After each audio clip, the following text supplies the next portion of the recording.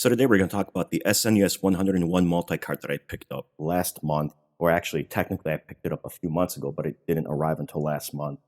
And if you saw June's pickup videos, you know that this is one of the items that I got. And if you remember from a while back, this is not the first XN1 cartridge I bought. If you remember, I also picked up a 369-in-1 GBA cartridge, which turned out to just be mostly NES games to an emulator. So hopefully this one won't be the same thing. Hopefully this will actually be 101 SNES games, although I have my doubts.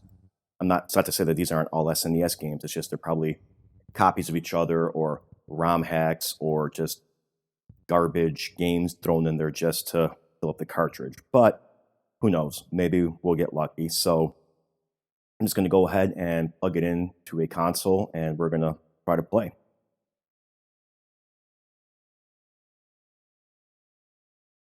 All right, so we'll put the cartridge into the SupaRetroN HD, which either the video has already come out or it will be coming out soon. Either way, there will be a review on it.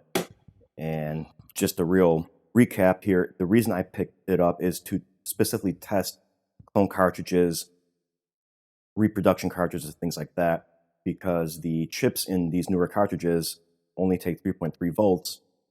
Older cartridges required 5 volts, so that's what the original SNES outputs. I don't know if the SupaRetroN HD does that too or not, or if it outputs 5 volts, or if it can adjust that down to 3.3 volts. A good clone will be able to do that, but this is a cheap, manufactured cartridge. It probably doesn't do a whole lot of, voltage stepping or anything like that. So we'll find out if it works first of all, and if it does work, great. If it destroys the system, I'd rather it destroy this than an original SNES. I'm also going to be using an original SNES controller because, again, if the review hadn't come out yet or you hadn't seen it, the Hyperkin controller, the D-pad on it is a little airy. It's a little light. I don't like it. So I'm going to use an original SNES one. But let's get started with this game.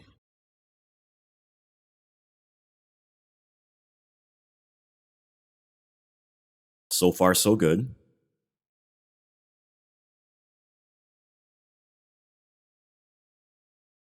SNES multi-game menu 101 1V0.1, whatever that is. And so far it looks like these are SNES games, and I don't have to go through each individual one. I can just press left or right to go from page to page. So that's good. Looks like there's 10 per page, which means there should be about 10 pages.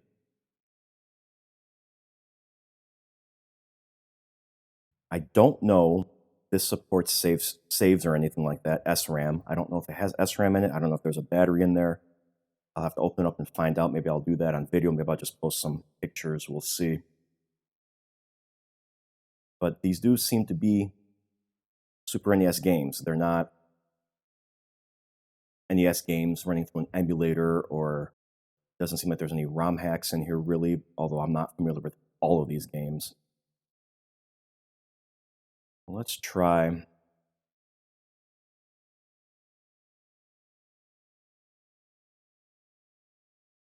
Earthworm Jim. Select the game, with up and down, you hit start. Let's turn the lighting off in here.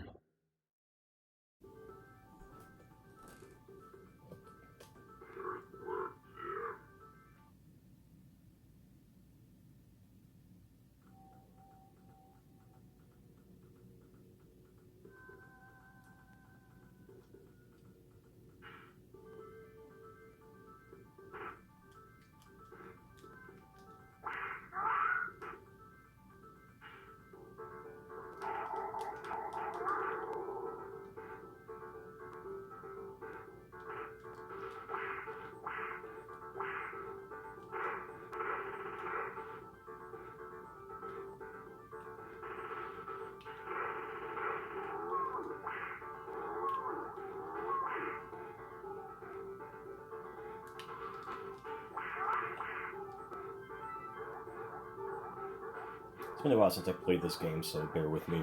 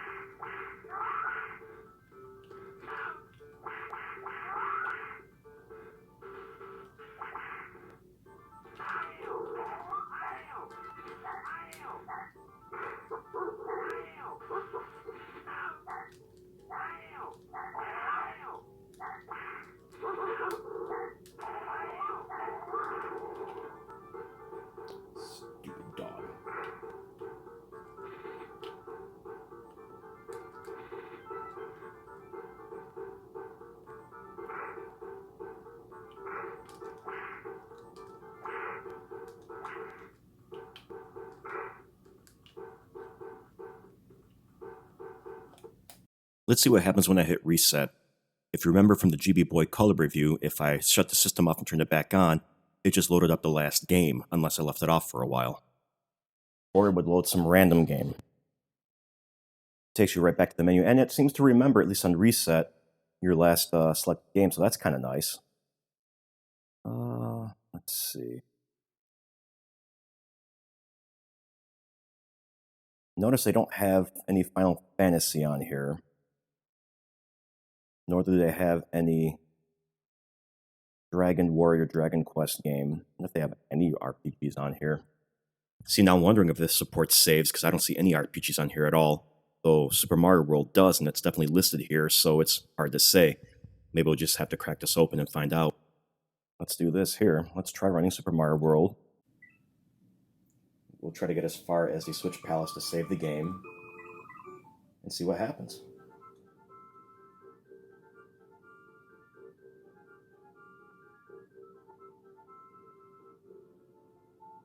And I'm not doing any direct capture because I want you guys to see that I'm actually running off the actual cartridge itself. So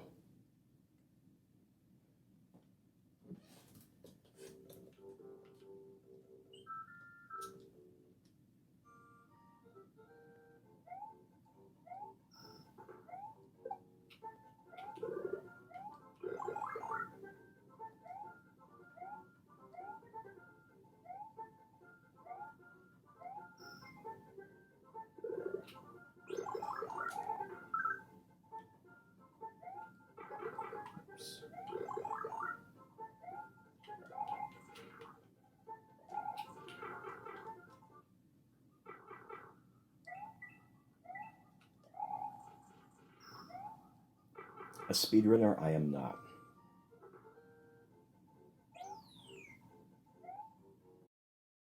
So apologies for that. Apparently the camera just fell out of the grip that it's got here.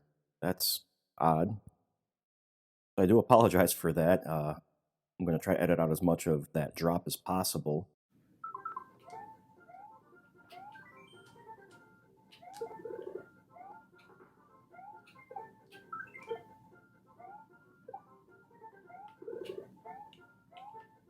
I say I'm using a camera, but it's actually just an old smartphone. But it is on the tripod, and it literally just fell out of the clip.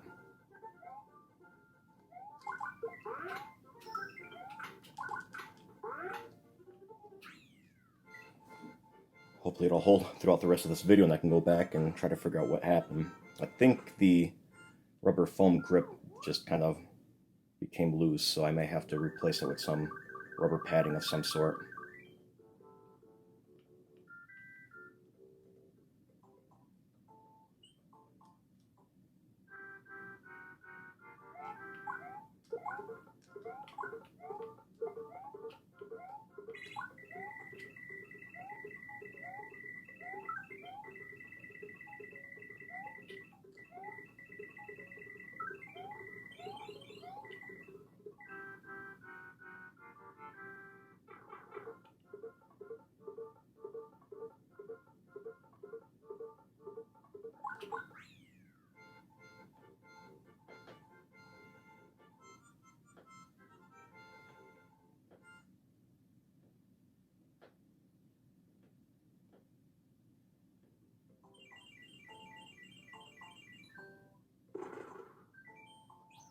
Now for the moment of truth, did it actually save?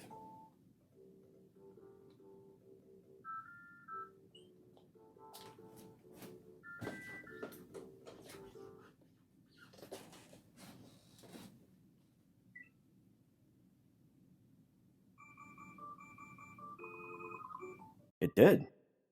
So it does have save capabilities. Now, is it using an SRAM chip with a battery? Is it using FRAM? Is it using some other method? I guess I'll have to take it apart and find out if I can figure out what the chips are. But as you can see, it seems to work. Now, I have no way of really testing the longevity of this, especially with if there is that issue with the 5 volt down to 3.3 volt. So I really can't verify that in any way, although I'm sure if I were to post a picture online in some engineering forum, they'd pick out all sorts of issues and things like that. So, but as to whether or not this is something you should pick up, is this a good value? It all depends. I mean, this thing cost, I think, 15 bucks with shipping. There's no way that they have all the rights to these games for that kind of money. These aren't probably legit copies of the games. So if you have any sort of qualms about that, I would not pick one of these up. You're better off getting something like an EverDrive or something similar, loading up your legitimate copies of your games onto that card and playing it that way if you want a multi-cart type situation. Why would you want a multi-cart? Well, playing especially on the original hardware, you don't want to keep taking cartridges in and out because you're going to wear out the cartridge slot. Not to mention you also wear out the pins potentially on your actual cartridges, so having a multi-cart can help avoid that. But at the same time, that can get very expensive. And while I'm not going to sit there and tell you to go ahead and buy this, for a piracy standpoint or anything like that, because piracy is not good,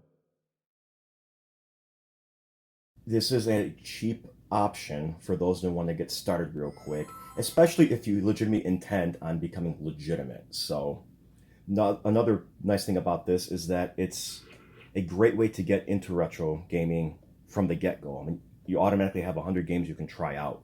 And if it turns out this is something you actually want to do, then you can go out and pick some of your favorite games from this collection and actually buy them, and then take this cartridge and just leave it on the shelf as a collection or something like that. Now I've never played Castlevania Dracula X, so this should be interesting. I'm just going to play for a few seconds just to see if the game works, but overall this thing seems like it's working correctly. So again, I can't say, this isn't worth the money, because you are definitely getting your money's worth, but I can't recommend it because of the fact that it is more than likely just a bunch of pirated ROMs on this cartridge. Because again, for the price, there's no way this company paid all of these different game makers, the rights to be able to distribute this game. There's just no way, especially with the fact that there's Nintendo games on here. That alone says that this is more than likely just pirated ROMs.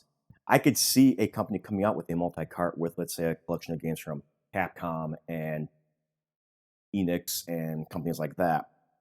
Just a handful of them, but not so many games, and especially no game from Nintendo. They're going to keep that for themselves. They're going to release them on the Switch, or Switch Online, or some other package. So it's up to you. I'm not going to say that you should buy this. I'm not going to say you shouldn't buy this. You can make your own decisions on that. But it does seem to work, at least in the interim. The games do seem to be legitimate. They don't seem to be copies. They don't seem to be ROM hacks. They don't seem to be cheap, games that were made just to throw stuff on here. So from that standpoint itself, there is value there. So I do have 1 or 2 more clone cartridges coming my way. One is for the DS and one is for the Game Boy Color. Don't know when I'm going to get them, but I'm hoping I get them soon so I can put those reviews out. But that's it for this video. If you liked it, hit the thumbs up. If you haven't yet, feel free to subscribe. If you didn't like the video, go ahead and hit the thumbs down, but please leave a comment below as to why so I can use that to try to improve my future videos. Otherwise, thanks all, and I'll catch you later.